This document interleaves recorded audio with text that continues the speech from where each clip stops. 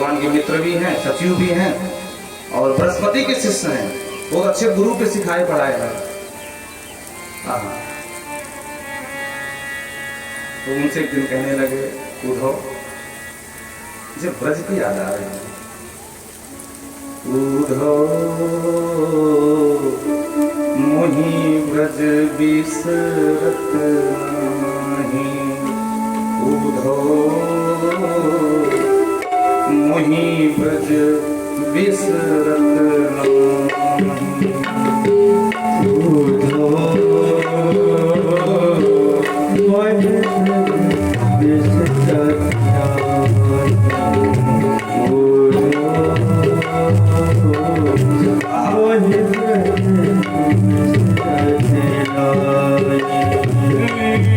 हंस सुता की सुंदर कगरी, क्या बात है, हरो कुंजन की छाई,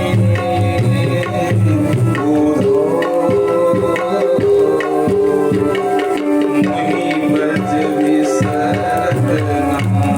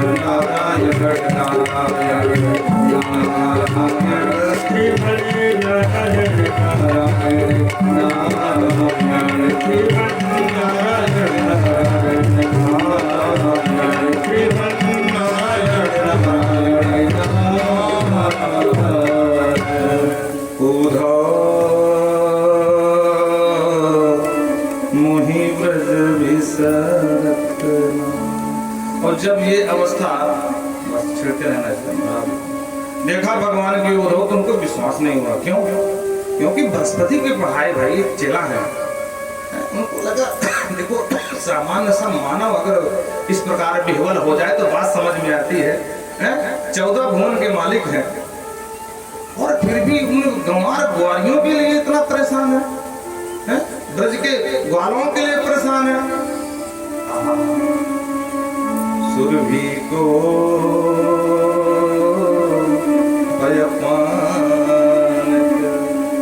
अरे क्या यहाँ पर गौ माता नहीं है? वहाँ गाय अलग से कोई होती है क्या? पता नहीं तो क्या हो गया है, पर सम्मान करते हैं भगवान का।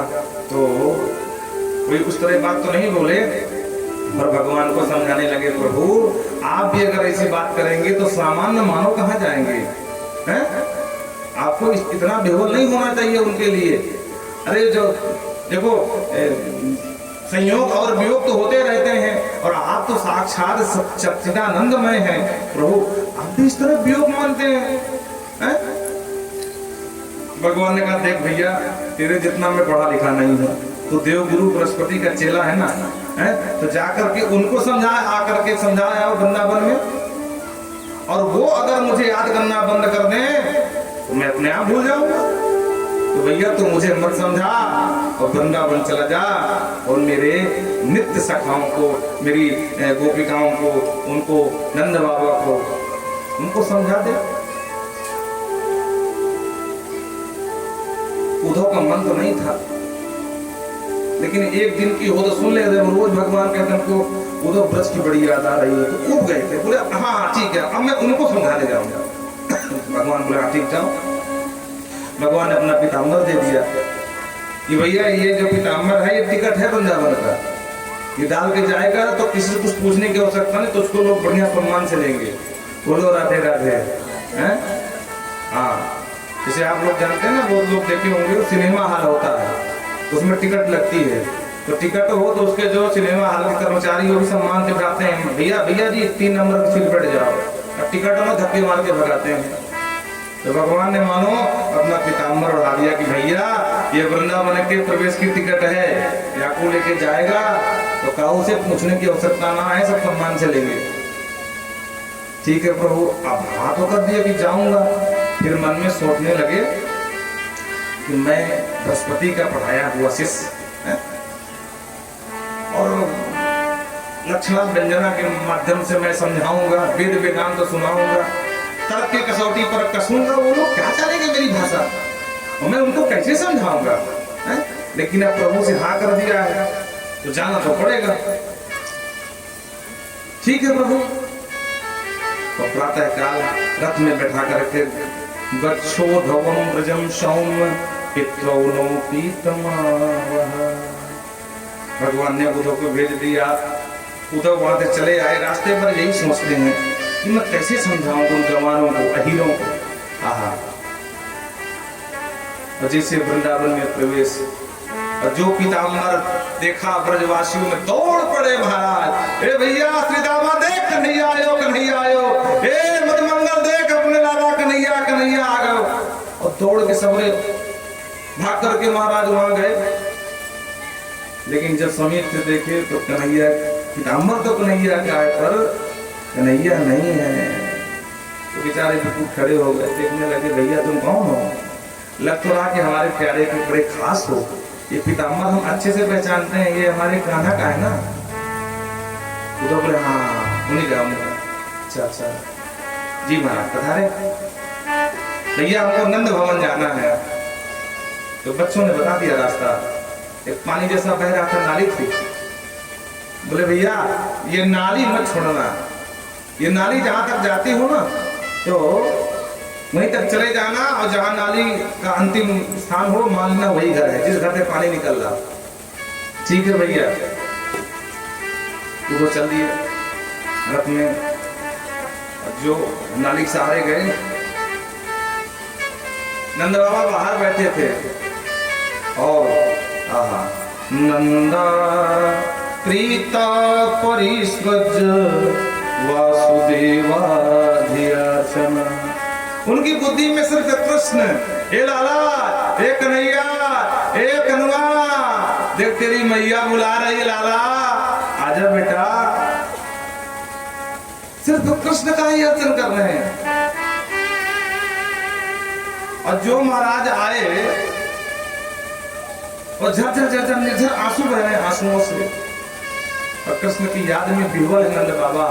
अंदर से एक महिला की रोने की आवाज आ रही है, लेकिन बाहरी कोई आया है। पीताम्बर देखकर तो एक बार नंद बाबा भी कहीं ना कहीं जो है विभ्रमित हो गए, दौड़े, अरे अरे लाला तू आ गया, कन्हैया आ गया। लेकिन जब पास में गए तो अचंभित होकर देखने लगे, अरे भैया तू कौन?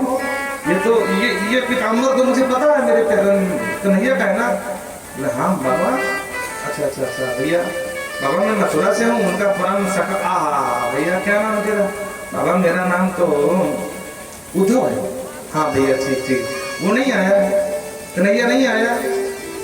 नहीं बाबा, थोड़ा सा क्या है कि अब राजकार्य का भार आ गया उनके ऊपर, तो वो तो नहीं आए, पर मुझे भेजा, बोले कि सबके हाल खबर ले आना, और अगर याद आ रही सबको समझाना। अच्छा अच्छा भैया, बहुत सुंदर। लेकिन जो अंदर तो कोई, अभी तक आप रो रहे थे, अंदर कोई रो रहा? बाबा कुछ हो गया क्या यहाँ पर? आप स्मरति न कृष्णो मातरम क्रोधा सखी। नंद बाबा कहते हैं, अरे भैया नंद, अंदर कुछ हुआ नहीं है, वो जब से गया है ना कन्हैया, उसकी मैया रो रही है, और जो ये जो पानी बह रहा है, पानी नहीं, उसकी आंखों का आंसू-धारा है। 3 महीने हो गए उसको गए, तब से जसोदा ने कभी आधी रोटी, कभी 1 रोटी, कभी बिल्कुल नहीं, कभी थोड़ा पानी, कभी बिल्कुल पानी नहीं, ऐसे चल रही है। सूख के कांटा हो गई, जरा देख ले। अंदर जो देखा, दावाग्ने वर्तवात रक्षिता। जो यशोदा मैया को देखा तो उद्धव जी कांप गए महाराज।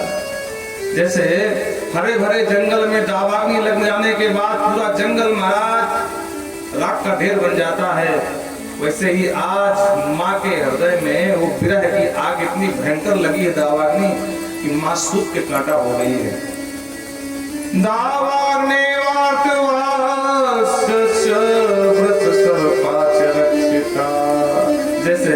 जैसे महाविद्र नाग किसी को डस लेता है ना, तो भले कितना गोरा शरीर हो, लेकिन देखते देखते पूरा काला हो जाता है। इतनी गौरांग हमारी यशोदा मैया आज पूरी कालिमा आ गई है महाराज त्वचा में, और एक एक रो रही है माँ। प्रलंबोधेन को रिष्टा तृणावर्तो बका गया। अरे भैया भैया उद्धव, ये कन्हैया को सब याद करते हैं, हम ही लोग नहीं, ये जितने सब कन्हैया के भक्त हैं। बाबा ऐसा क्या किया उन्होंने? बोले बेटा क्या नहीं किया? प्रलंबोधेन को रिष्टा तृणावर्तो बका गया। अरे बेटा एक की क्या सुनाए, प्रलंबा सुर, बका सुर, अरिष्टा सुर, ये तृणावर्त, ये सब आए, यहाँ तक कि इंद्र ने भी हम ब्रजवासियों को मारने पर उतारू हो गया, तो वो कन्हैया ने तो हम सबको बचाया था भैया। हमको कहा बाबा तुम चले हो, 3 दिन बाद में आ जाऊंगा, आज तक नहीं आया। हम उसकी याद करते हैं, कितना निष्ठुर हो गया है? अब वो हमें क्यों याद करेगा? अब तो भाई बड़े बाप का बेटा हो गया है ना, तो क्यों याद करेगा बाप नंद को? अब तुमको पता है जब छोटा था तो वो मेरी कंधे पर मेला देखने जाता था बगल के ही गांव में, और बार बार पूछता था बाबा बाबा यहाँ से मथुरा कितनी दूर है? बाबा यहाँ से मथुरा कितनी दूर है? तो मुझे क्या पता था कि ये मथुरा का ही वासी है। मैं ही कहता बेटा बहुत दूर है। वो आज देख बड़ा हो गया, जब चल नहीं सकता था तो मथुरा का पता पूछता था, जब चलने लायक हो गया तो बाबा को ही भुला दिया, मथुरा पहुंच गया, मथुरा का ही हो गया। वो तो समझाने का प्रयास करते हैं महाराज, बाबा नंद तुम धन्य हो, अरे जगत पिता को बेटा मान करके प्रेम करते हो, अब इससे बड़ी कोई भक्ति नहीं हो सकती बाबा। बाबा पर बाबा ध्यान रखना, वो ना तो किसी के पुत्र हैं, ना उनका कोई बाप बन सकता है, क्योंकि पूरे जगत के वही माता पिता है। तुमेव माता च पिता तुमेव, तुमेव बंधु च सखा तुमेव, तुमेव विद्या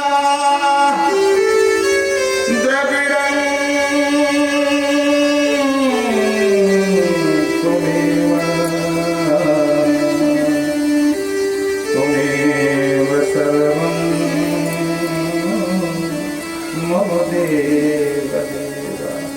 बाबा, बाबा जिसे आप अपना बेटा मान रहे हो, बाबा वो किसी का बेटा नहीं है। जब धर्म की स्थापना करना होता है बाबा, तो वो कहीं से प्रकट हो जाते हैं। बाबा जैसे प्रत्येक लकड़ी में अग्नि व्याप्त है, और अग्नि को प्रकट करना है तो घर्षण करना होता बाबा, और अग्नि प्रकट हो जाती है।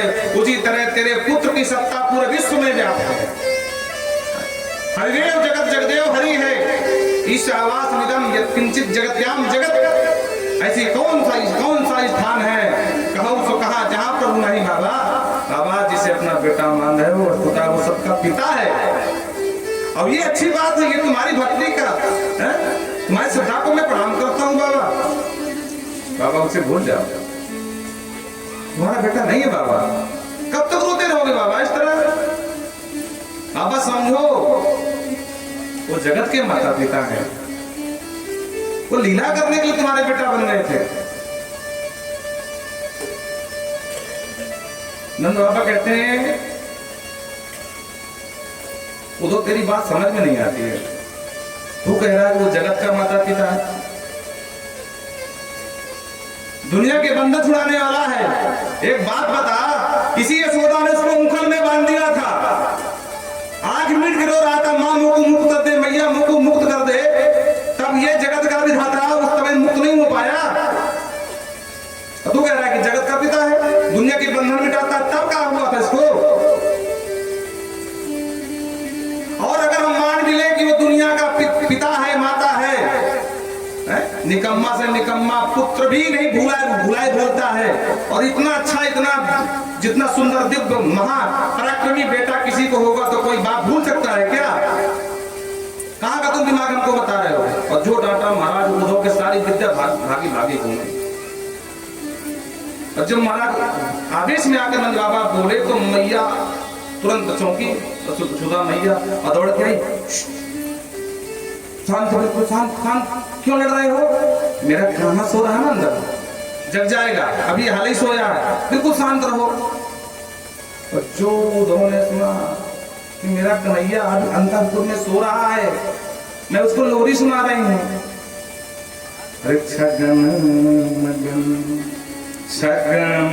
मैया लोरी सुना रही है। भाव लीजिएगा, छगन मगन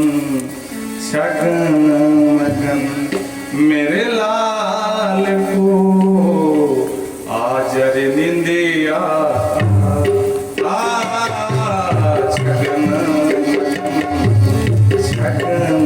मगन मेरे लाल को आज रे निंदिया, ओ छगन मेरे लाल को आज रे निंदिया, मेरे लाल को आज रे निंदिया। चंचल मन घनश्याम के नयन बीच समा, ओ चंचल मन घनश्याम के नयन बीच समा। जब तक पूजा पाठ सो विधि नदी मोहिला, छगन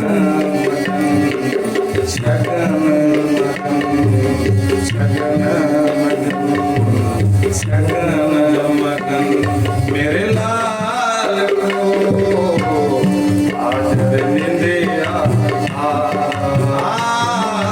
छगन मगन छगन मगन मेरे लाल। और जो ये दृश्य देखा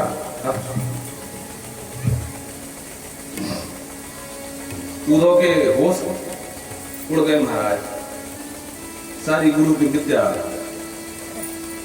आज उद्धव ज्ञान शून्य हो गए। अरे जिस बालक के लिए ये मां लोरी सुना करके सोने का प्रयास कर रही है, वो बालक 3 महीने से मथुरा में है। अब ऐसी स्थिति में क्या ज्ञान दूं उनको? फिर भी समझाने का प्रयास करते हैं। एक भी बात बनावटी नहीं बोल रहे हैं कि मत पहुंचना। और एक बात दावत समझ लेना, भागवत मिलेंगे लेकिन आपको विशुद्ध भागवत हमारी से मिलेगी नहीं, ये हम सीना ठोक कह दे रहे हैं। इति संस्मरन्त संस्मृत नंदः कृष्णानुरद्धति अत्युत्कण्ठो भवतूष्णी प्रेमे प्रसर्व विह्वला। संस्मरण सस्मरण अपने पुत्र को स्मरण करके महाराज कृष्णानुरक्त थी, कृष्ण के लिए लोरी सुनाती है माँ। अत्युत्कण्ठो भवतूष्णी, और लोरी गाते गाते माँ को अचानक याद आता कि अरे अरे मैं क्या गा रही हूँ, कन्हैया तो यहाँ नहीं है। एक कन्हैया बेटा, बिल्कुल पुकारने लगती, पागलों की तरह झरझर आंसू बहने लगते हैं। और जो ये दशा देखी महाराज उद्धव ने, तो भवतूष्णी, आज उद्धव का सारा वेद वेदांत बह गया मानो।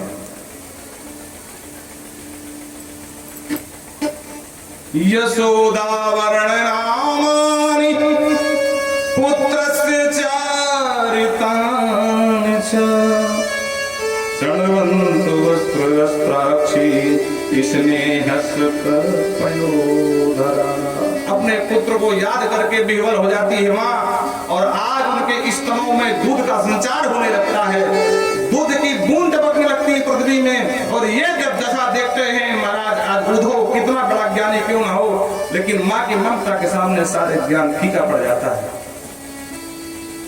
क्योंकि शास्त्र कहते हैं कुपुत्रो जायत क्वचिदपि कुमाता न भवति। पुत्र कुपुत्र हो सकता है पर कभी माँ कुमाता नहीं होती। आए थे ज्ञान देने, लेकिन अपना ही ज्ञान भूल बैठे आए महाराज। फिर भी हिम्मत करके समझाने का प्रयास किया।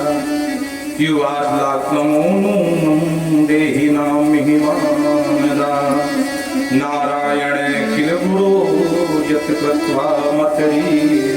बाबा मैया को तो मैं नहीं समझा सकता, लेकिन बाबा तुम तो समझो। उन्होंने स्पष्ट कहा है कि भैया उद्धव तुम मेरे विरही होंगे, बड़ी वेदना में होंगे उद्धव, तुम पढ़े लिखे को समझा देना। मैं थोड़ा समस्या में फंसा, मेरे ऊपर जवाबदारियां आ गई हैं। बाबा तुम समझो। माँ को तो मैं समझा सकता नहीं, लेकिन बाबा तुम समझो। देहि नाम मानतः, अरे बाबा अंतर्हिते सभूतानां आस्ते ज्योतिर्वैधसः। बाबा समस्त भूत प्राणियों के अंतर्हित में बैठा हुआ वो एक दिव्य ज्योति रूप सबका आत्मा है। बाबा जो तेरे पुत्र का वियोग के समय, प्राण छोड़ते समय एक बार भी नाम ले लेता है, उसके जन्म जन्मांतर के सारे कर्म पाश बंधन खुल जाते हैं। यस्मिन् जनः प्राण वियोग काले क्षणं समावेश मनो विशुद्धम। मरते समय बाबा अगर कोई एक बार भी अपने मन को समाहित करके तो तेरे पुत्र का स्मरण कर लेता है, तो जन्म जन्मांतर के सारे पाप, सारे अग्र समाप्त हो जाते हैं। बाबा निर्हत्य कर्मायमासु याति पराम गतिम ब्रह्ममयोर्गवर। बाबा उसको परागति प्राप्त हो जाती। बाबा जो बड़े बड़े संत सन्यासी अमलात्माओं को भी सुलभ नहीं है, उसे जो एक बार मरते समय तेरे पुत्र को पुकार लेता है तो उसे वो दिव्य लोक प्राप्त हो जाता है जो बड़े बड़े तपस्वियों को भी संभव नहीं। बाबा बाबा वो कण कण में है, बाबा वो अणु अणु में है। जैसे आग पूरी लकड़ी में समाई, उसी प्रकार वो भी समाया है। एक दार गत देखिए पावक समझुक ब्रह्म विवेक देखिए पावक समझुक ब्रह्म विवेक। बाबा वो सब में व्याप्त है बाबा। बाबा उसका ना कोई अपना है बाबा, न उसका कोई पराया है।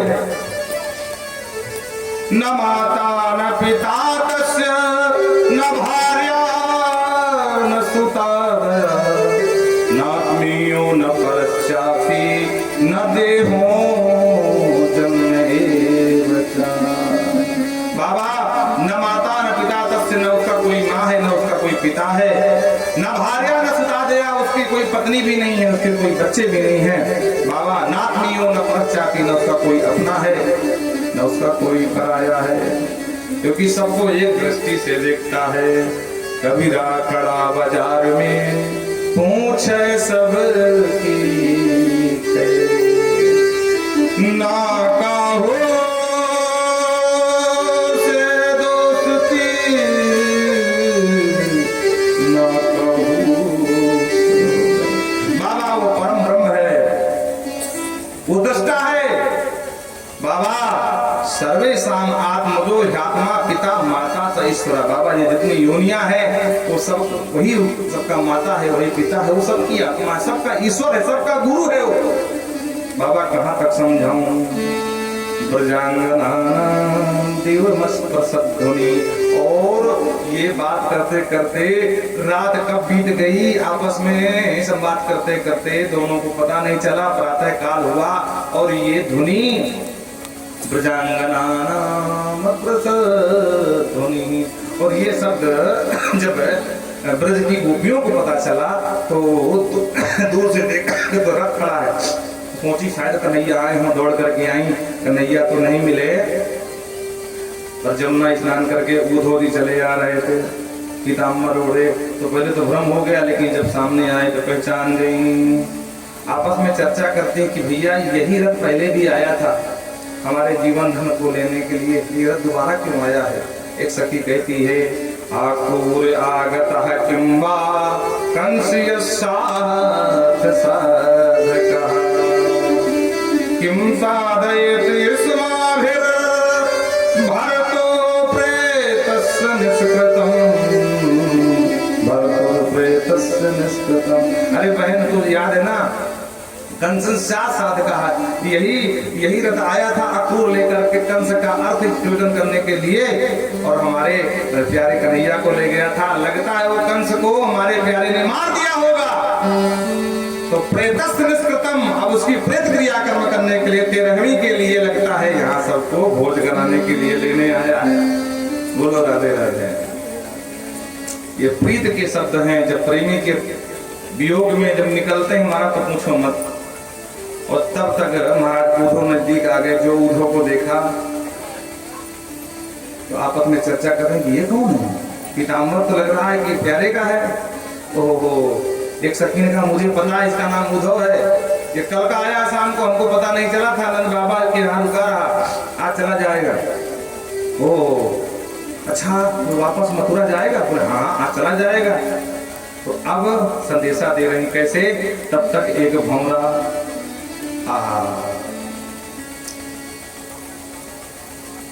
जो उद्धव आए, उद्धव को नमस्कार किया। भैया हम सब आपको नमस्कार कर रही हैं। उद्धव जी ने नमस्कार का प्रत्युत्तर विवादन से दिया। भैया वो हमारे प्यारे ठीक हैं? बोले हाँ ठीक है। हमको तो याद करते नहीं होंगे, और हमें क्यों याद करेंगे भैया, हम तो गंवार ग्वारियां थी और वहां तो सब पढ़ी लिखी मैडम मिल गई। बोलो राधे राधे। अब आपकी भाषा में बोल दें तो हमें क्यों याद करेंगे। और जो खरी खोटी सुनाई है आप भी सुन लीजिए।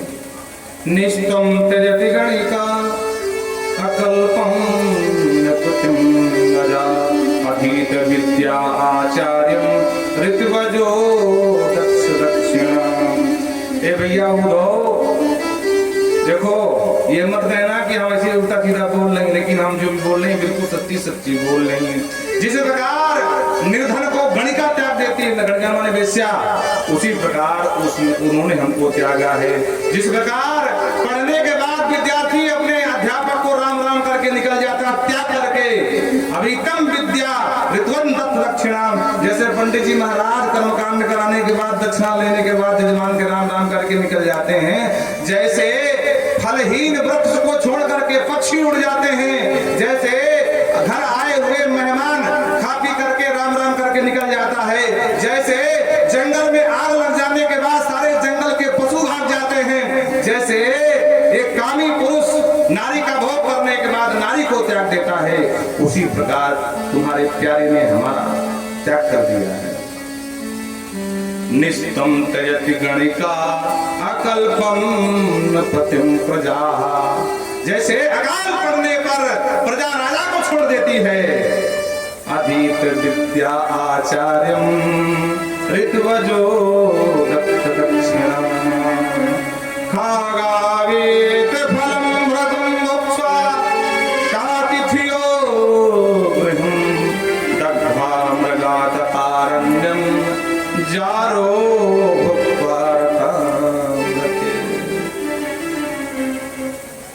और ये सुना ही रहे थे कि उद्धव को समझाने का प्रयास करते, तब तक जो है महाराज एक भौरा फोड़ करके आया और राधा जी के चरणों पर बैठा।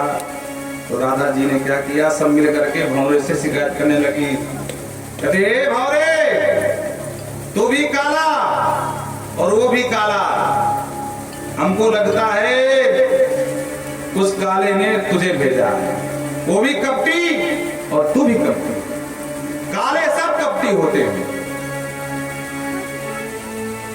चंदूर भाग मार प्रसंगम मधुपकितव बंधो मधुपकितव बंधो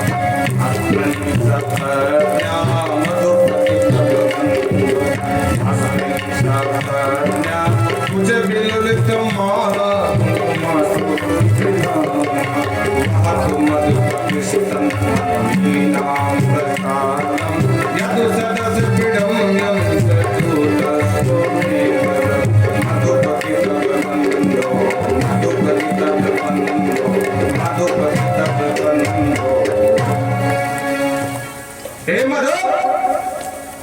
मधु माने भौरा,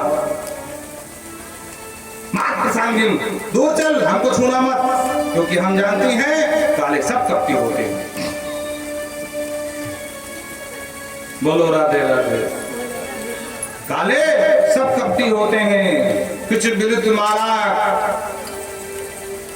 बृहत मदस्तन्माने नीना प्रसादम, हम जानते हैं तो उसी का भेजा हुआ दूत है। कहते किमी बहु सडंगरे गायसी त्वाम यदु नाम, उनका संदेश सुनाने हमको आया है। अरे तू क्या हमको सुनाएगा, हम सुनाए उसकी कपट कहानी? तो सुन भौरे, कपट रुचिर हास भूप जम्बस्यासु, उसकी कपट कहानी हम सुनाती हैं और बड़े ध्यान से सुनना आप लोग। मृगुरिव कपिंद्र प्रदे लोक धर्मा मधुरी कपिंद्र प्रिय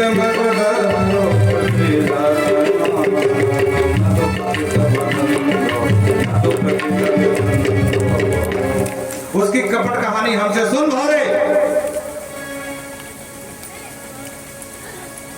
एक दो कहानी हो तो सुनाऊं, पर तू सुनना चाहता तो सुन।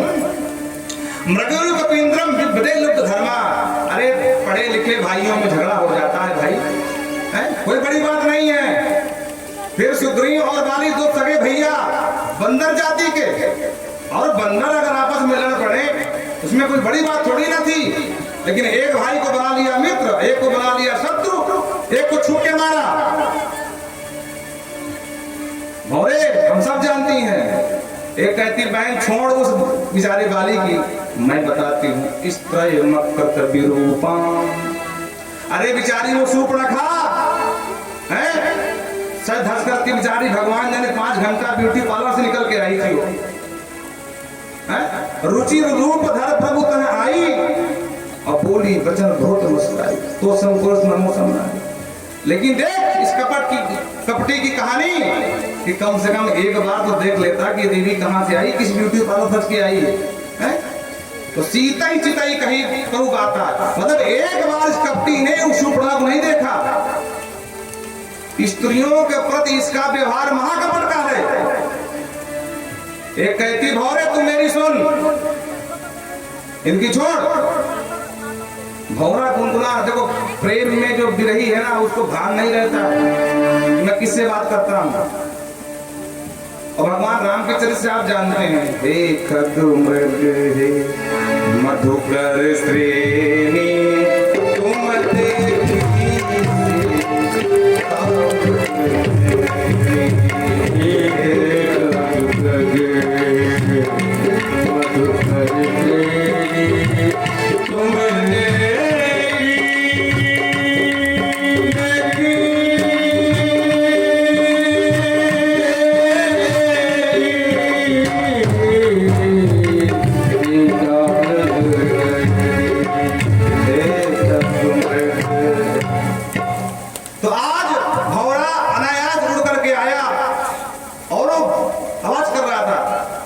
उनको लगा ये संदेश सुना रहा है। तो कहती बहन ये छोड़, तो ये भौरे मेरी सुन इसकी कपट कहानी क्या। बलि मत्वा वेस्ट यदि ध्वांग अरे क्या बिगाड़ा था उस बलि ने, बावन बन करके गया ये कपटी। और बलि उदार होकर के बोला ब्राह्मण देवता कुछ मांग लो, क्या चाहिए। तो निर्लुप्त बनकर बोलता ना ना ना कुछ नहीं चाहिए। पदान अगर तुम्हें देना है तो 3 पग भूमि दे दो। उसने कहा ठीक है हम संकल्प करते हैं, ले लो। और जब इसने नापने का नंबर आया भौरे, जब इसने अपना फीता दिखाया बेचारे का सर्वस्व लूट लिया बलि का, अंत में उसको वरुण पास में बांध लिया। इस कपट की कहानी कहां तक सुनेगा भौरे, तेरे कान के पर्दे फट जाएंगे। हम सब जानती हैं।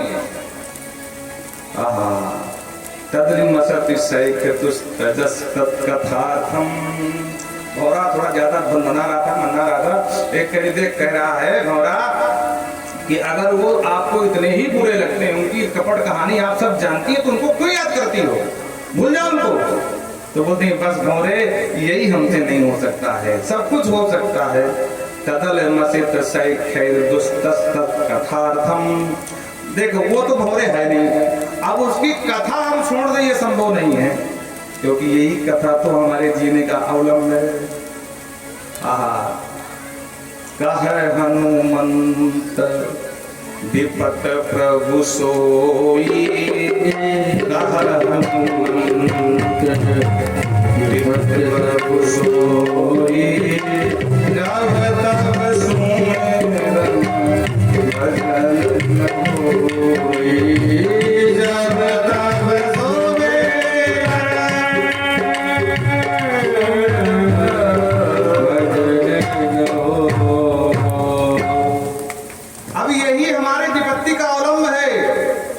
कथा नहीं छूट सकती।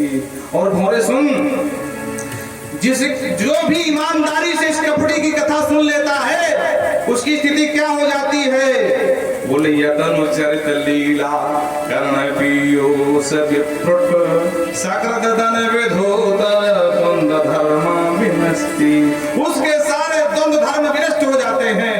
और स्थिति क्या होती है, सपदि ग्रह कुटुंबम दीन मुत्रज्य दीना बहव इव विहंगा भिक्षुचर्या चलंती।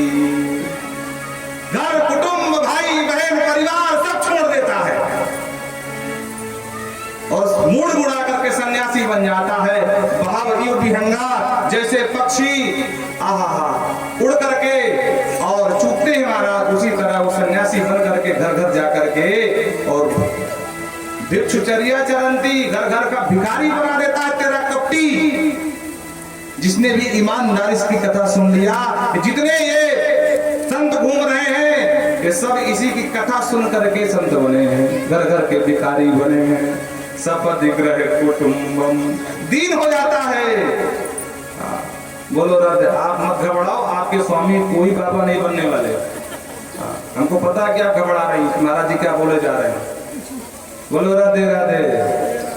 क्योंकि लोग कहते हैं कि पत्नी के डांटने से तुलसीदास बाबा मतलब वो तुलसीदास बन गए। हम कहते हैं कि अगर पत्नी के डांटने से कोई बाबा बन जाए तो अब तक महाराज हजारों बाबा बन गए होते। बोलो राधे राधे। ऐसा कौन पति जो पत्नी डांटना सुनता और फिर भी बाबा नहीं बन रहे? ये तो प्रारब्ध की बात है, वो माध्यम बन गई महाराज उनकी धर्म पत्नी जी। तो कहते हैं जितने कपटी हैं, जो जितने ये बाबा बने घूम रहे, सन्यासी बने घूम रहे हैं, तो ये सब जो है बहव इव विहंगा भिक्षुचर्या चरंती, उसके सारे द्वंद्व धर्म नष्ट हो जाते हैं और दर दर का भिखारी बनकर के घूमने लगता है, चूने लगता है पक्षियों की तरह। जैसे पक्षी आसमान में उड़ते हैं, कभी इस डाल पर बैठे कभी उस डाल पर बैठे, तो महाराज जो है तो मांग मांग कर खाने लगता है। प्रिय सखा, और इतने में महाराज उड़ गया, भौरा उड़ गया। अब सब पागल हो गई, अरे राम राम, हमने क्या खरी खोटी सुना दिया। देख बहन, तुमने ज्यादा सुनाया है। अभी वो सीधे जाएगा अपने प्यारे को बताएगा और जाकर के क्या सोचेंगे, देखो कितना मतलब उसके भौरे से बोलने की क्या जरूरत थी। और महाराज भैया जो भी करना है जब साइड से आया करो, सामने सुनिए। वृंदावन विहरलाल की। तो कहती हैं ए भंवरे, ये तो हम बावरी हैं, गंवार हैं, ग्वारियां हैं, दिल बुद्धि तो है नहीं हम सब उनके पास। भैया हम कछु ना बोले, प्यारे से मत कहियो भैया, एक बार और लौटा। ए भंवर आजा, ए भंवर आजा। और इतने में काफी देर हो गई, जब भंवर नहीं आया तो जरा परेशान हो गई। कुछ चिदब सकथा किंकिणी नाम गिणी थे। भगवान की कथा करते करते दास भाव को स्वीकार किया। अहो युष्म पूर्णार्थ भवतो लोक पूरिता। और ये सारा वृत्तांत उद्धव जी खड़े खड़े सुन रहे हैं। उद्धव जी के तो होश उड़ गए भाई, जिनको हम गंवार ग्वारिया कह रहे थे कि गोपिकाएं क्या जानेंगी, व्याकरण का मैं पढ़ने वाला हूँ लक्षणा व्यंजना से, ये सब जानते कि यही राम बन करके सुप्रखा को नाक नाम कटवाए हैं, यही बावन बन करके बलि को नाप लिए हैं महाराज, यही राम जी बन करके बाली का वध किए हैं। अब इनको क्या ज्ञान दूं मैं? इनको तत्व का बोध है और जानते हुए भी परमात्मा से प्रेम करती हैं। अब इससे बड़ा कोई प्रेमी नहीं हो सकता। वासुदेवी भगवती मासा यत्कर्पितम मनः दानवद तपो होम जप स्वाध्याय संयमे। दान होम व्रत जप स्वाध्याय ये किस लिए होता है? वासुदेव भगवती मयि अर्पितम मनः। हमारा मन भगवान वासुदेव के चरणों में अर्पित हो जाए, इसीलिए हम पूजा करते हैं, पाठ करते हैं, स्वाध्याय करते हैं, हवन करते हैं, दान करते हैं, उद्धव कहते हैं। और इनका तो मन अर्पित है पहले से। श्रेयोभिर्विधै कृष्ण भक्ति ही साधते। ये भक्ति के माध्यम से कृष्ण की साधना कर रही हैं, इसलिए इनमें कोई दोष नहीं है। कहते हैं ना कि सूरदास कांवरी कारी कांवर पर चढ़े न दूजो रंग। अंत में महाराज इनका कोई बस नहीं चला और ये भी रसीले बन गए। अंत में ब्रजवासियों की स्तुति करने लगे। आशा महो चरण रेणु जुषाम हम श्याम वृंदावने किमपि गुल्म मधुसधीना। हे प्रभु, मैं आशा करता हूँ ब्रह्मा जी से कि मुझे भले ही वृंदावन की गुल्म लता औषधि बना करके प्रकट कर देना, पर मुझे भी वृंदावन में निवास दे दो। क्यों? ताकि यहाँ की जो गोपियां हैं, यहाँ के जो ब्रजवासी हैं, इनकी चरण धूली मस्तक पर चढ़ाने को मिल जाए। वंदे नंद वजस्त्रणीयाम पादरेणुमभीक्षण सा यासां हरि कथोर्गीतम पुनाति भुवन। ये नंद बाबा, ये यहाँ की जो स्त्रियां हैं, ये धन बंदनी हैं। रेणु भी इनके चरण धूली अगर मस्तक पर मिल जाए जिसको भी, क्यों क्यों इतनी पवित्र है? हरि कथोद गीतम। अहर्निश भगवान हरि की ही कथा का गान करते हैं आगे लोग, इसलिए इनकी चरण धूली त्रिभुवन को पावन करने वाली है। मैं उद्धव आपसे यही मांगता हूँ कि मुझे वृंदावन में निवास दे दो। महाराज आए थे 2-3 दिन समझाने के लिए, 6 महीने वृंदावन में बिता दिए। 6 महीने बाद जब पहुंचे मथुरा, भगवान मुस्कुराए, बोलो आओ ज्ञानी जी महाराज, ज्ञान दे आए। और जो भगवान ने कहा ज्ञानी जी महाराज उद्धव को, तो उद्धव ने कहा तुम बात मत करना हमसे। आज मुझे पता चला कि तुम कितने बड़े कपटी हो और कितने बड़े तुम निष्ठुर हो। अरे वो बेचारे तुम्हारे लिए इतने पागल हो रहे हैं और तुम एक बार भी उनसे मिलने तक नहीं गए हो। बोलो राधे राधे। भगवान बोले बस यही रंग, जो रंग चढ़ करके तेरे ऊपर आया है, यही रंग मैं तुझसे देखना चाहता था, ताकि तेरे अलावा मेरा कोई मन हल्का करने वाला था नहीं। अब जब भी तुझसे कहूं कि भाई उधर मुझे वृंदावन की याद है, तू समझाने लगा, अरे प्रभु आप भी आप सही जगह गए हो और सही रंग चढ़ के आया है। रही बात ब्रजवासियों की, गोपियों की, तो देखो मैं तुमको नित्य वृंदावन का दिखा रहा हूं। भगवान ने अपने योग शक्ति के माध्यम से दिव्य दृष्टि दिया और नित्य वृंदावन में न वृंदावन अलग है, न गोपियां अलग है, न नंद बाबा अलग है, न यशोदा मैया अलग है। दिव्य वृंदावन का दर्शन कराया। उद्धव जी महाराज आंखों में आंसू आ गए, बोले प्रभु आपकी लीला बड़ी खतरनाक है। बोलो राधे राधे। जिन प्रभु को मैंने आज तक कभी अशब्द नहीं कहा, आपकी लीला ने इतना मुझे व्यामोहित कर दिया कि आपको ही निष्ठुर, निर्दयी और महाकपटी कहना पड़ा मुझे। बोलो राधे राधे। भगवान बोले बस यही तुम सुनना चाहते थे। एक बार नारद जी ने सोचा कि रामावतार में हम विवाह करना चाहते थे, ध्यान से सुनना। भगवान ने हमारा विवाह नहीं करने दिया। ये 16,108 आदमियों से विवाह किए हैं, तो मैं अब इनको बताऊंगा। तो नारद जी पहुंच गए महाराज कि जाकर रानी को भड़का दूं। वृद्धि से महल में जाते हैं तो भगवान कुछ न कुछ करते मिलते हैं। चतुर्भामा के महल में गए तो भगवान भोजन कर रहे हैं। बोले से यहाँ है, वहाँ नहीं होंगे। तो मणि के महल में चले गए तो वहाँ भगवान ब्राह्मणों के साथ बैठ करके कोई धर्म कर्म चर्चा कर रहे हैं। अरे बोले यहाँ कैसे आ गए? चलो फिर कालिंदी के यहाँ चले गए तो वहाँ क्या देख रहे हैं कि कालिंदी के साथ भगवान स्नान कर रहे हैं। जिस घर में जावे उस घर में भगवान को पाऊं। अब नारद जी समझ में ना कि हो क्या रहा भाई। बोलो राधे राधे।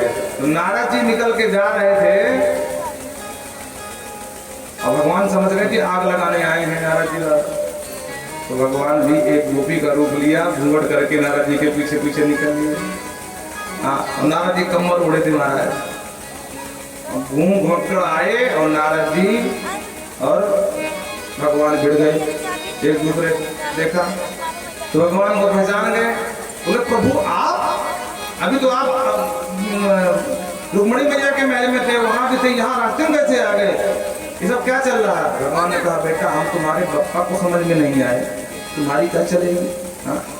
हाँ, तुम्हारे पिता ब्रह्मा भी हमको समझ नहीं पाए, तुम क्या समझोगे हमको? बोलो राधे राधे। रही बात तुमको लगा कि हम घर में झगड़ा करा देंगे, तुम्हारे बस की नहीं है। तुम दुनिया के लिए झगड़ालू बाबा होगे, पर हमारे घर में झगड़ा कराने की सामर्थ्य तुम में नहीं है।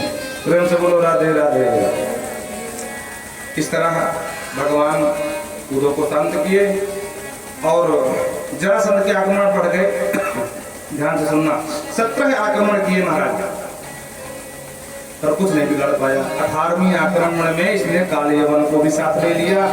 काल यवन उस समय 3 करोड़ की सेना के साथ जरासंध का सहयोग करने के लिए आ गया। भगवान ने देखा तो दाऊ दादा से कहा, दाऊ दादा एक काम करते हैं। बोले क्या? बहुत लड़ ली है, अब भाग चलते हैं। दाऊ दादा ने कहा लाला क्या बोल रहा है? अरे भाग जाएंगे तो लोग कायर कहेंगे, रणछोर कहेंगे। भगवान बोले कोई बुराई नहीं है, माखन चोर कहते हैं, चित चोर कहते हैं, एक नाम और को जुड़ जाएगा, रणछोर कहेंगे, क्या दिक्कत है?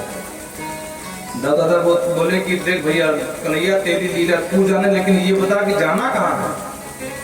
बोले दाऊ दादा हमने विश्वकर्मा से कह करके दिव्य समुद्र के बीच में द्वारिका का निर्माण करा लिया है। एक काम करते हैं, तुम इधर से भाग के जाओ, हम उधर से भाग के तुमको आगे मिलेंगे। अयूं कह करके भाग लिए। निर्जगाम पुरद्वारा पद्ममाली निराजदा। कहते हैं निरायुधा, भगवान भागे लेकिन बिना कोई आयु बचे। काल यवन ने देख लिया, अरे बोले मिल गया मौका, आज दर्शन नहीं है, तो काल यवन ने पीछा कर लिया। भगवान आगे आगे, भगवान तो भगवान ठहरे, भागते भागते भागते भागते गया और जहां महाराज इक्ष्वाकु नंदन मुचकुंद महाराज सो रहे थे जिस गुफा में, वहीं पर भगवान घुस गए, अपना पीताम्बर सोए हुए मुचकुंद के ऊपर डाल दिया और चुपचाप अपना छुप गए। ये भी पीछे से घुस गया। इसने देखा, बोलो हो मुझे उल्लू समझता है, इसको लगता है कि मैं कुछ जानता ही नहीं हूँ, मेरे सामने घुस करके सोने का नाटक करता। तो एक घुमा के लात मारा मुचकुंद महाराज, भगवान समझ करके। तो मुचकुंद महाराज की आंख खुल गई, और जो आंख खुली महाराज, आहा, तो कहते हैं दहे जगनिना दग्धो भस्म सात भवच्छना। एक क्षण में महाराज ये काल यवन दग्ध हो गया, भस्मीभूत भवत। पीछे से भगवान आए, भगवान को देख करके भगवान ने पूछ लिया, भगवान से कि तुम कौन? भगवान बताए कि हम तो ये, तुम कौन हो? तो अपना परिचय दिया, मुचकुंद इति प्रोक्तो यौनना स्वात्मज प्रभु। ये यूनास का बेटा था मुचकुंद। बोलो राधे राधे। और भगवान प्रसन्न हो गए। भगवान ने कहा देखो भाई, तुमने हमारा अच्छा काम कर दिया है, बरान वृक्ष राजर से सर्वान कामान ददामि। हे राजर से देखो, मुचकुंद महाराज को एक वरदान प्राप्त था। ये देवासुर संग्राम में देवताओं का साथ देने के लिए युद्ध करने गए देवताओं की तरफ से। जब युद्ध करके लौटने चाहे तो इंद्र ने कहा कि तुम्हारे जवानी के वहां कोई बचा नहीं होगा, इसलिए जाना बेकार है। बोलो राधे राधे। हाँ, क्योंकि एक मरमंत्र में जाकर ब्रह्मा का एक दिन होता है, तो इसलिए आप कहाँ जाओगे? बोले महाराज ये बताओ कि मेरी आयु कितनी है? बोले आयु ज्यादा नहीं है, 2-4 महीने की होगी। बोले महाराज मैं थका बहुत हूँ, सोना चाहता हूँ। अब मैं चाहता हूँ कि जो मुझे जगाओ, पहली बात तो कोई जगावे नहीं, जो जगाओ भस्म हो जाओ। तो इंद्र ने कहा तथास्तु। और वो वरदान भगवान को याद था। भगवान बोले फालतू में बंदूक की गोली खर्च करने का क्या मतलब है? हाँ? बोलो राधे राधे। जब एक पत्थर से ही मर जाएगा ये। तो भगवान सीधे पहुंचे, पहुंच करके सिर द्वारा मरवा दिया। भगवान ने कहा राजा से वरदान मांगो। मुचकुंद महाराज ने कहा विमोहितोऽयं जनईश मायया त्वदीयया त्वां न भजन्त अनर्थकृत्। हे प्रभु बुरा मत मानना, ये अर्थ ही सभी अनर्थों की जड़ है। अर्थ ही सभी अनर्थों की जड़ है, और जो कुछ भी रही कसी कसर है वो आपकी माया पूरी की है। विमोहितुम जनईश मायया त्वदीयया त्वां न भजन्त अनर्थकृत्।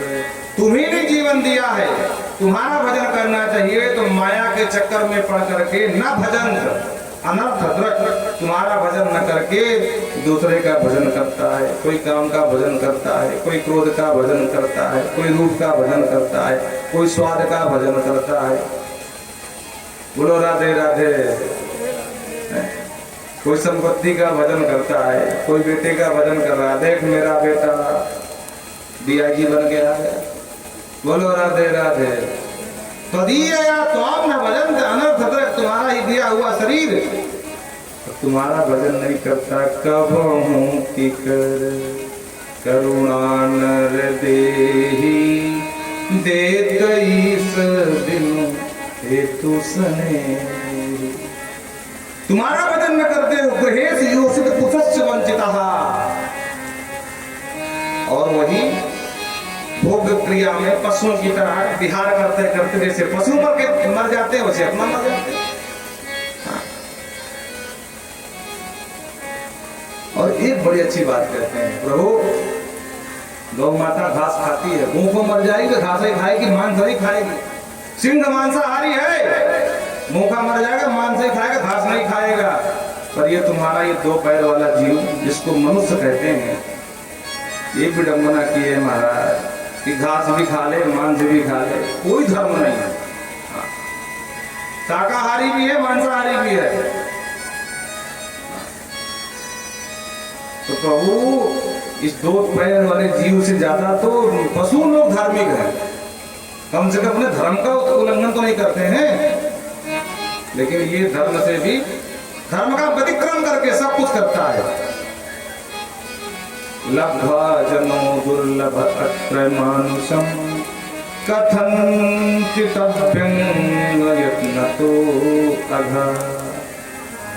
हे प्रभु, बड़े मुश्किल से यत्र मृत्युलोके जन्म अत्र लब्ध्वा, बहुत जब आप करुणा करते हो या जन्म जन्मांतर बीतने के बाद जब इस मृत्युलोक में जन्म लेने का अवसर मिलता है, दुर्लभम मानुषम अत्र, बड़े भाग मानुष तन पावा सुर दुर्लभ सत्संग। तो कहते जनो दुर्लभम मानुषम अत्र लब्ध्वा, और कथन तचित व्यंग, तुम्हारा भजन करना चाहिए, नहीं करता है। मानव का यह धर्म है कि प्रयत्न पूर्वक निष्पाप होने के लिए कर्म करे, प्रयत्नता अनघ हो जाए, निष्पाप हो जाए, वरना पादार बिंदम न भजन्ति सन्मति, वो आपके पादार बिंदों का भजन नहीं करता। ग्रहांड कूपे पतितो यथा पशु, वो इसी तरह अंधे कुएं में गिरा हुआ वो है, जैसे एक कोई पशु चरते चरते जंगल में कोई अंधा कुआं हो और उसमें गिर जाए, तो पहली बात तो जंगल में कोई ढूंढने नहीं जाएगा उसको, आप फिर कुआं है तो वहां कौन ढूंढेगा। तो जो नर्तन पा करके आपका भजन नहीं करता, वो पशु के समान गिरा हुआ कुएं में, मृत्युलोक के कुएं में पशु है। प्रभु जिस कलेवर में इतना मोहित हो जाता है, कलेवरेस्मिन् घट कुंड सन्निभे, इतना मोहित हो जाता है, उस कलेवर की दो गति हैं, क्या? विटक्रमी भस्म संगीता, या तो विष्टा बन जाएगा, बड़े ध्यान से सुनना, और जब विष्टा बन जाएगा तो क्रमी कीड़े खा जाएंगे। बोलो राधे राधे, सुधर जाओ, हाँ अंतिम अवस्था है। आओ भाग्य आपके, ज्यादा माया न पढ़ना, सब सामने बोल, आप ज्यादा पढ़ रहे हो। बोलो राधे राधे। भागवत मतलब ये नहीं कि ये कान गुनगाओ निकाल दिए, कितनी भी अच्छी दवा मिल जाए, लेकिन जब तक उस दवा को खाओगे नहीं तब तक वो दवा कहीं फायदा नहीं करेगी। भागवत सुनी है तो उसको उतारो जीवन में। और कल से हम देखे नहीं कि फल बीन रहे हो, कभी कुछ बीन रहे हो, शांति से बैठ के कथा सुनो। बोलो राधे राधे। कौन पूजा कर रहा है, कौन क्या कर रहा है, करने दो, अभी तक संभाल लिया, आगे भगवान संभालेंगे। हरि का भजन करो। कलेवरम विटक्रम भस्म संगीता, इस कलेवर के, इस शरीर के दो ही गतियां होती हैं भैया, या विष्टा बन जाएगा तो छोटे छोटे कीड़ा खा जाएंगे, और अगर किसी ने आग लगा दिया तो महाराज भस्म बन जाएगा। भस्म संगीता, साथी है मित्र गंगा के जल बिंदु पान तक, अर्धांगिनी बढ़ेगी तो केवल मकान तक। परिवार के सब लोग चलेंगे तो सिर्फ शमशान तक। बेटा भी हक निभाएगा तो भैया अग्निदान तक। किससे तो आगे भजन ही है साथी, हरि के भजन बिन अकेला रहेगा।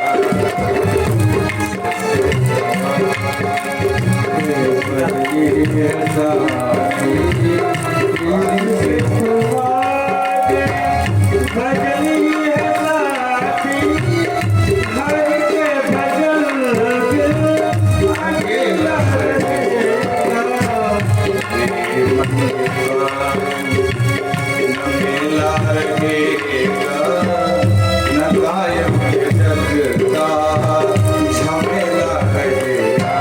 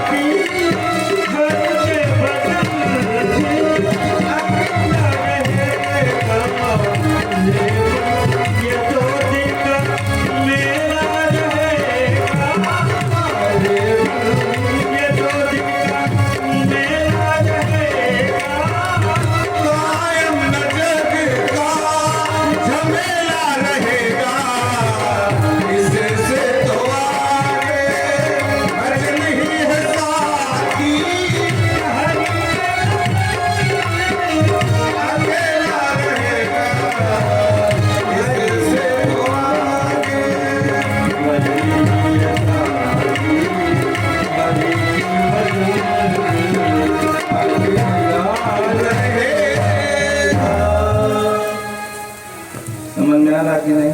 आज आप मुझसे छठवें दिन, कल 7वां दिन है। बोलो राधे राधे। हैं? तो कहते हैं बच्ची से शरीर की 2 ही गतियां हैं, या बिष्टा बन जाएगा तो कीड़े खा जाएंगे, अगर बेटा उठा हुआ बुत करेगा अनुदान दे देगा तो भस्म बन जाएगा। तीसरी कोई गति नहीं है। बोलो राधे राधे। हैं? चाहे जितने के शैम्पू लगा डालो, चाहे जितने रुपए की साबुन लगा लो, और चाहे जितने महंगे महंगे कपड़े पहन लो, और चाहे जितने सुंदर सुंदर व्यंजन खा लो, हैं? और चाहे जितने स्नो बॉर्डर लगा लो,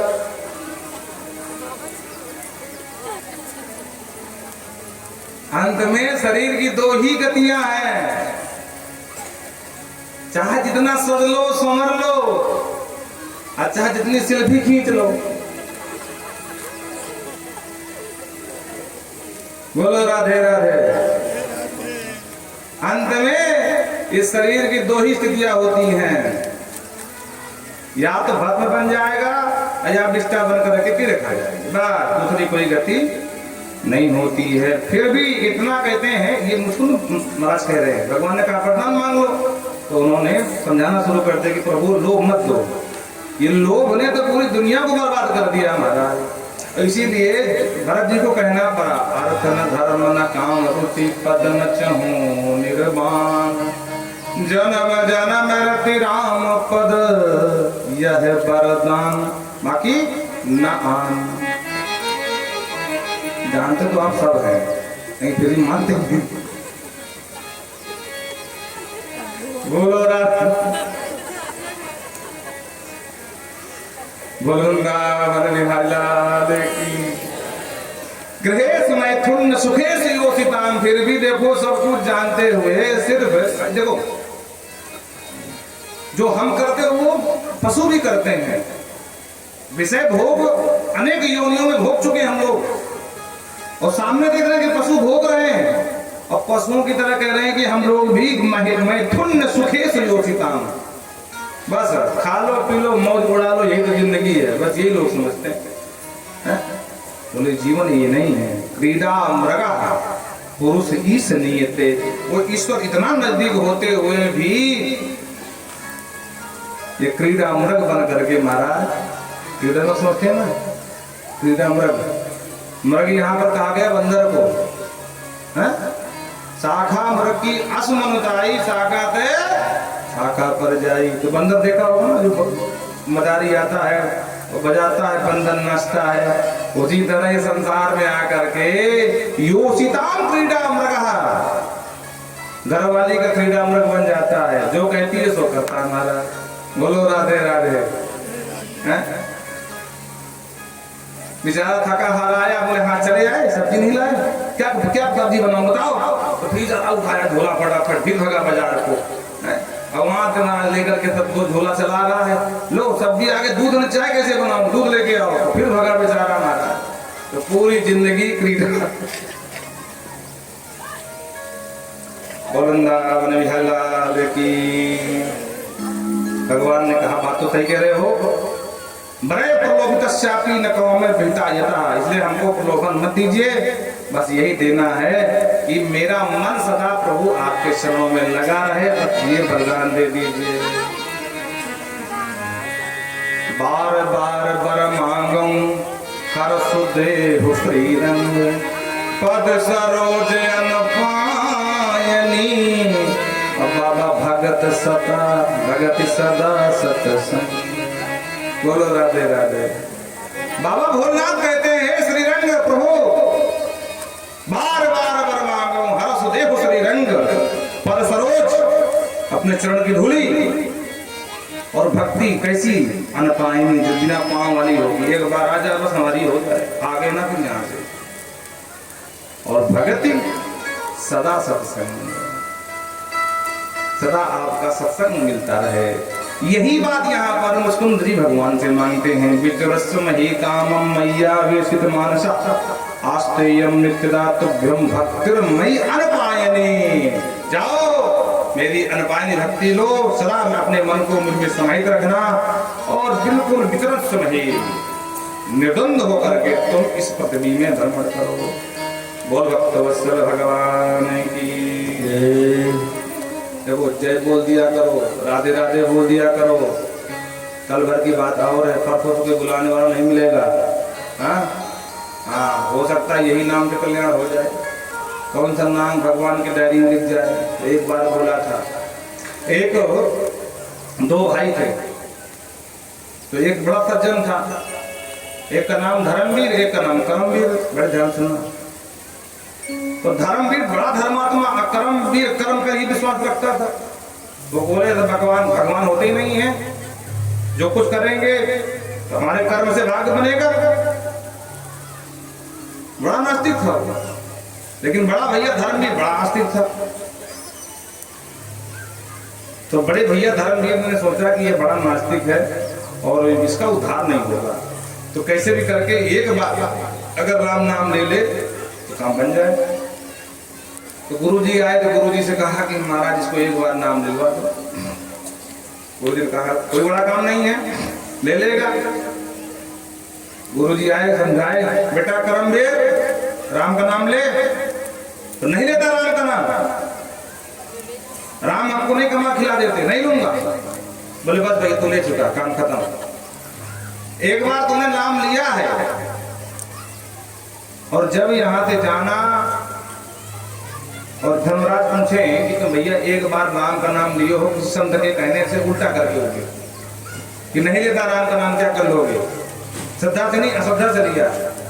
तो एक राम के नाम का जो फल हो उस लोक में हमको भेज दो, ये कह देना धर्मराज से, बस भूलना मत। हाँ ठीक है, जाओ जाओ जाओ। अभी जा रहा है हमारा, गया धर्मराज के यहाँ, चित्रगुप्त से कहा कि भला देखो इसका भाई खाता क्या है। बोले महाराज नंबर 1 नास्तिक है, लेकिन एक बार अश्रद्धा से इसने राम का नाम ले लिया था संत के कहने पर। धर्मराज ने कहा कि भाई अब एक बार नाम लिया है, उसका क्या फल होता है? बोल भाई तुझे कहाँ भेजे? बोले हम नहीं जानते हैं, राम नाम का जो फल हो उसके हिसाब से जो गति मिले हमको दे दो। तो बोले ये तो हम नहीं बता पाएंगे। तो कौन बताएगा? बोले ब्रह्मा जी के पास। तो ब्रह्मा जी हमसे बड़े हैं, ब्रह्मा जी के पास गए। ब्रह्मा जी बोले बस एक बार नाम लेने का फल तो हमको भी नहीं पता नहीं, तो क्या करें? बोले भोले बाबा के पास चलो। तो भोले बाबा दिन रात जपते हैं राम राम राम राम राम राम राम करते। तो भोले बाबा के पास पहुंच गए, भोले बाबा से बताया। भोले बाबा ने कहा भाई देखो नाम तो मैं जपता हूँ, पर एक बार राम नाम कहने से क्या फल होगा ये मुझे भी पता नहीं। तो अब क्या करें? बोले काम करते हैं, जिसका नाम सीधे जाकर के साकेत में उन्हीं से पूछ लेते हैं। तो सीधे पहुंच के भगवान राम के पास साकेत, अब भगवान राम से ही पूछने लगे कि प्रभु आपका एक बार नाम लेने का क्या फल होता है? बोले फल हम क्या बताएंगे, तुम सामने से देख लो। अरे इसने धोखे से अश्रद्धा से एक बार मेरा नाम लिया और घूम घुमा के मेरे तक पहुंच गया। बस यही फल होता है कि जो एक बार ईमानदारी से मेरा नाम ले लेता है या धोखे से भी ले लेता है तो घूम घुमा के मेरा ही हो जाता है। हरि का भजे तो हरि का, कोई जाति पात पूछे नहीं कोई। इसलिए राधे राधे बोला करो, कंजूसी ना किया करो, मामला गड़बड़ा जाएगा। बोलो राधे राधे। इस तरह से और आगे भगवान द्वारकाधीश बने, वहां से आए जरासंध, दोनों भैया भागे वहां से, प्रवसन नाम के पर्वत में चढ़ गए। जरासंध ने कहा अच्छा मौका है, आग लगवा दिया और भगवान वहीं से पूरे झमाझम दोनों भैया सीधे पहुंच गए द्वारिका।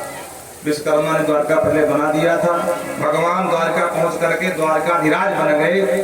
और इनके बड़े भैया आनर्त देश के राजा महाराज रेवत और उनकी जो पुत्री है देवी रेवती के साथ बलराम जी का विवाह हुआ। और सुखदेव बाबा कहते हैं कन्हैया का विवाह भीष्मकपुर की राजकुमारी भीष्मक कन्या रुक्मणी के साथ संपन्न हुआ था राजन।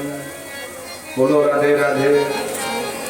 लेकिन ये विवाह राक्षस विधि से हुआ था। आहा, भगवान भीष्मक सुताम रुक्मणी रुचिरान दरबारी राक्षसेन विधानेन उपयेम स्तुतम। हे प्रभु ये राक्षस विधि से विवाह क्यों हुआ, जरा विस्तार से बताओ। देखो भाई हमारे यहाँ 8 प्रकार के विवाह की परंपरा है। भैया बच्चों शांत रखो। 8 प्रकार के विवाहों में वर्तमान में जो विवाह की परंपरा है इसका नाम है ब्राह्म विवाह। हमको पता है शायद झांकी आने वाली है, इसीलिए इतना कोलाहल हो रहा है ना। बोलो राधे राधे। ज्यादा कोलाहल मत मचाइए। 8 प्रकार के विवाह हैं जिनमें से सबसे उत्तम विवाह ब्रह्म विवाह है जो आज के वर्तमान परिवेश में चल रहा है। राक्षस विधि का राक्षस विवाह है, गांधर्व विवाह है और 5 विवाह इस प्रकार से करके। तो भगवान राक्षस विधि का मतलब अपहरण करके ले आना, इसको कहते हैं राक्षस विधि है। गांधर्व विवाह क्या है, बोले लड़का लड़की मन पसंद कर लो कोर्ट मैरिज, जिसका नाम है गांधर्व विवाह। बोलो राधे राधे। हाँ पर ध्यान रहे भगवान ने कोर्ट मैरिज नहीं किया, भगवान ने विवाह किया है। हाँ वो लोग देते हैं दलील कि भगवान के रुक्मणी को लेकर भागे, हमको दागे तो क्या बुराई है। तो भगवान भागे क्यों भागे हैं, लेकिन विवाह कैसे किया, पूरी विधि से और पूरे दुनिया को बता करके, नहीं कि चुपचाप चोरों की तरह भाग के कोर्ट में हो गए कोर्ट मैरिज। बोलो राधे राधे। तो विस्तार समझाया। महाराज भीष्मक विदर्भ देश के राजा, 5 बच्चे हैं। सबसे बड़ा नाम रुक्मी बेटे का, वो भगवान का कट्टर शत्रु, और एक विद्या है नाम रुक्मणी। महाराज चाहते हैं कि रुक्मणी का विवाह द्वारकाधीश के साथ हो, पर रुक्मी चाहता कि नहीं मेरी बहन का विवाह शिशुपाल के साथ हो जाए। बोलो राधे राधे। बिना बाप से बताए चुप ही गया। शिशुपाल से बोला कि देख भाई हम तो मित्र हैं, अब ये मित्रता बदल जाए रिश्तेदारी में। तो कुछ शकुन के सामान दे आया और बोला कि परसों बारात लेके आ जाना। भैया आया, घर में अपनी पत्नी से बताया कि देख बहन जी की परसों बारात आ रही है, दूल्हापन शिशुपाल आ रहा है। तो भाभी ने बताया रुक्मणी से। रुक्मणी ने सुना तो कांप गई, बोले राम राम मैं मर जाऊंगी लेकिन शिशुपाल से विवाह नहीं करूंगी। क्यों? क्योंकि हम द्वारकाधीश को अपना सब कुछ मानती, सर्वस्व मानते हैं। अब मैं क्या करूं? बोले कुछ भी करो भाभी। बोले एक काम कर, एक पत्र लिख जल्दी भेज। एक पत्र लेकर के पंडित जी को दिया। पंडित जी रथ से पहुंचे सीधा भीष्मकपुर और वहां भगवान को पढ़ाया पत्र। सरकार आपका पत्र। भगवान का सुनाओ। बोले नहीं महाराज ये प्राइवेट पत्र है, राजनीतिक पत्र नहीं है, आप ही का है। भगवान ने कहा देखो पंडित जी महाराज हमने ब्राह्मणों से कभी कुछ छुपाया नहीं। नमो ब्रह्मण्ड देवाय गो ब्राह्मण हिताय च जगत हिताय कृष्णाय गोविंदाय नमो नमः। इसलिए इसलिए चाहे प्राइवेट हो चाहे राजनीतिक, आप सुनाओ।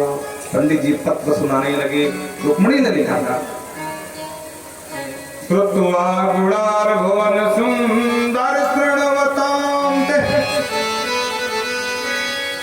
निर्विश्रकर्ण विवरै हरितोऽङ्गतापम्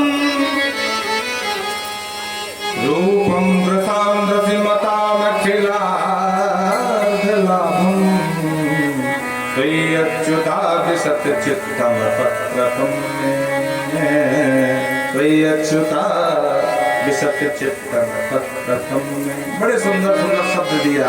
हे अच्युत, हे त्रिभुवन कमनीय सत्वा गुणान, आपके गुण गुणों को सुन करके हमारे कान तृप्त हो गए हैं, लेकिन आंखें अभी भी प्यासी हैं। आँखियां हरि दर्शन को प्यासी ये आँखियां।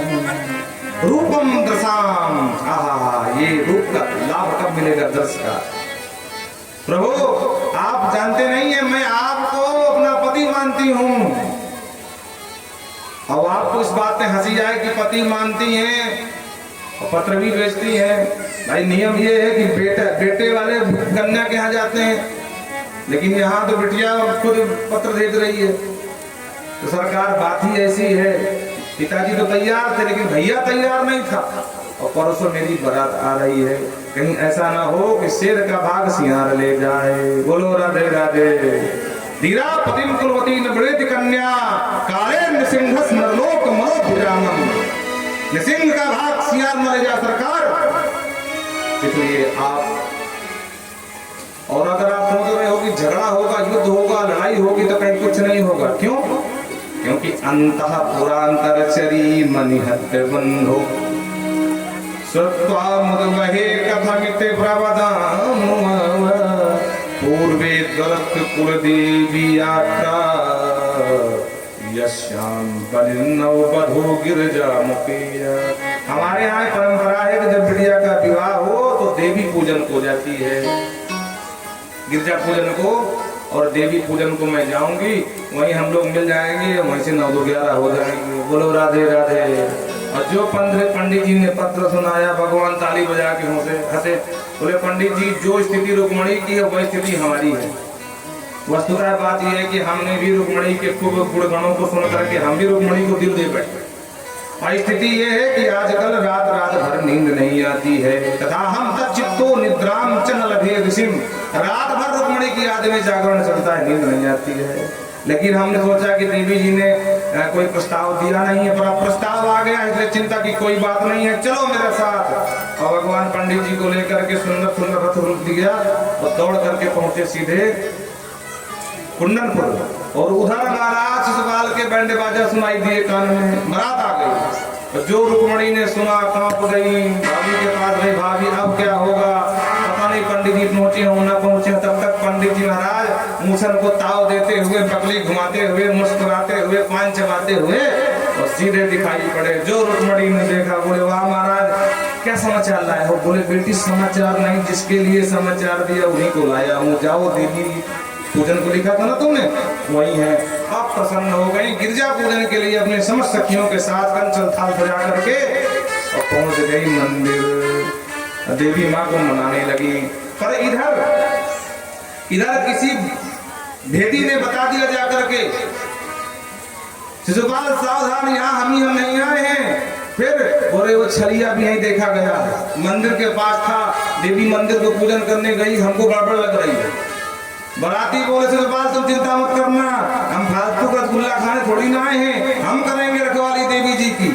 और जितने बराती महाराज सज्जन माता छोड़ करके मंदिर को बना दिया पूरा छावनी। बोलो राधे राधे। छावनी का मतलब कि परिंदा पर न मारे, हाँ, खतरनाक सिक्योरिटी लगा दिया। अब इधर रुक्मिणी मैया माँ को मनाने में लगी। आहा, आंचल में तेरे ममता का खजाना। हे माँ, मैं आज तक आपसे कुछ नहीं मांगी हूँ, लेकिन आज मैं रुक्मिणी मांगती हूँ कि पति रूप में शिशुपाल की जगह द्वारकाधीश ही मिले। आंचल में तेरे ममता का खजाना, आकर के मैया मेरे, आकर के मैया मेरे बिगड़ी बना। आंचल में तेरे ममता का खजाना, आंचल में तेरे ममता का खजाना। हो देवी मैया की, मैया मेरी बिगड़ी बना। आकर के मैया मेरे बिगड़ी बना। आंचल में तेरे ममता का खजाना, आंचल में तेरे ममता का खजाना।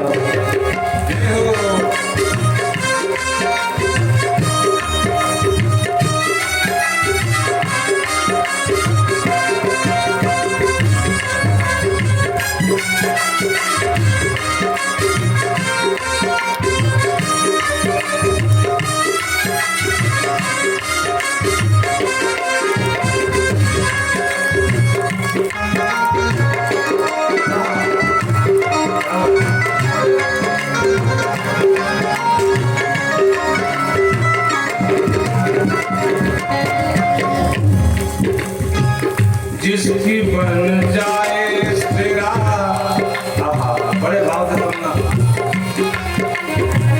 जिसकी बन जाए सिरा वाली सहैया, जिसकी बन जाए सिरा वाली सहैया, जिसकी बन जाए सिरा वाली सहैया, जिसकी बन जाए सिरा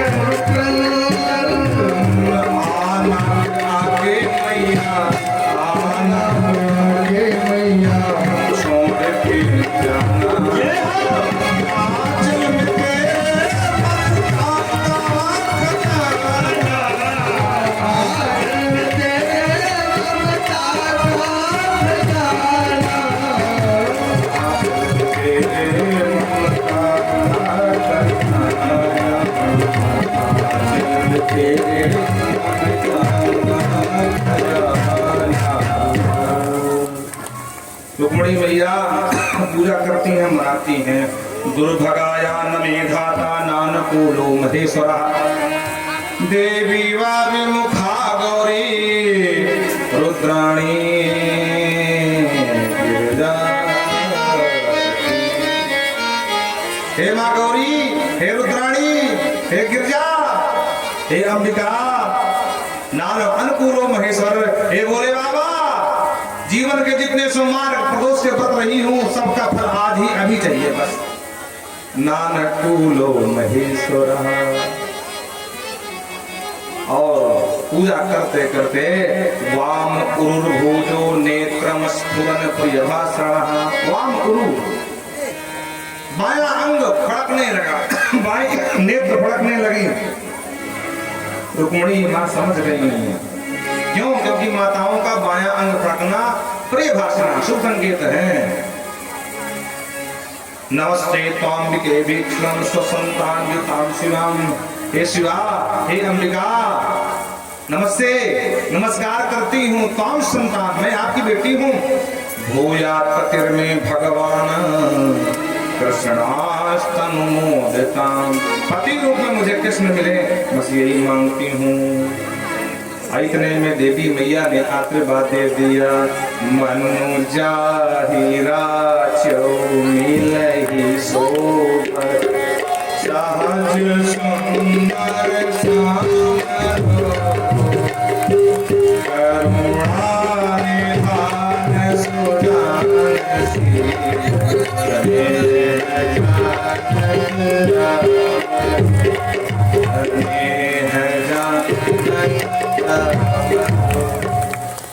आशीर्वाद दे दिया। लौट करके मंदिर का बाहर का दृश्य देखा, पूरी छावनी बनी थी। अब घबरा गई, आए तो हैं पर कौन है पता नहीं है। तो जिस सैनिक को देखती कहीं ये तो नहीं है, तो वो भी देखकर अपने आप को भूल जाता, कहता वाह देख देवी जी कितनी गजब सुंदर है भाई। एक कहता है इनके जरा देख कितने सुंदर सुंदर इनके विशाल विशाल नेत्र हैं। एक कहता तुम नेत्र देख रहा जरा कपोल देख देवी के। एक कहता तू कपोल देख रहा जरा इनके हे बाल देख। अरे बोलता तो बाल मत देख, जरा देवी के कान के आभूषण देख। एक कहता मतलब उनकी रूप माधुर्य व्यक्त रहे। और भगवान सबके बीच से अंदर गए और देवी जी का हाथ पकड़ करके पानी ग्रहण कर लिया, रथ में बिठा लिया और लेकर रथ चल दिए महाराज। सारे सैनिक कहते भैया हम तो फालतू में काहे यहाँ खड़े हैं। एक कहता कुछ काम था तभी तो आए थे। क्या काम था? अरे मुझे याद आया, रुक्मिणी की रखवाली के लिए शिवपाल ने भेजा है। एक कहता कहाँ रुक्मिणी? जो साथ में सखिया गई थी। बोले तुम सब भांग पी रखो का भाई? तुम्हारे सामने द्वारकाधीश हाथ पकड़ के रथ में उठा के वो क्या जा रहे हैं? अरे राम राम सब महाअनर्थ हो गया।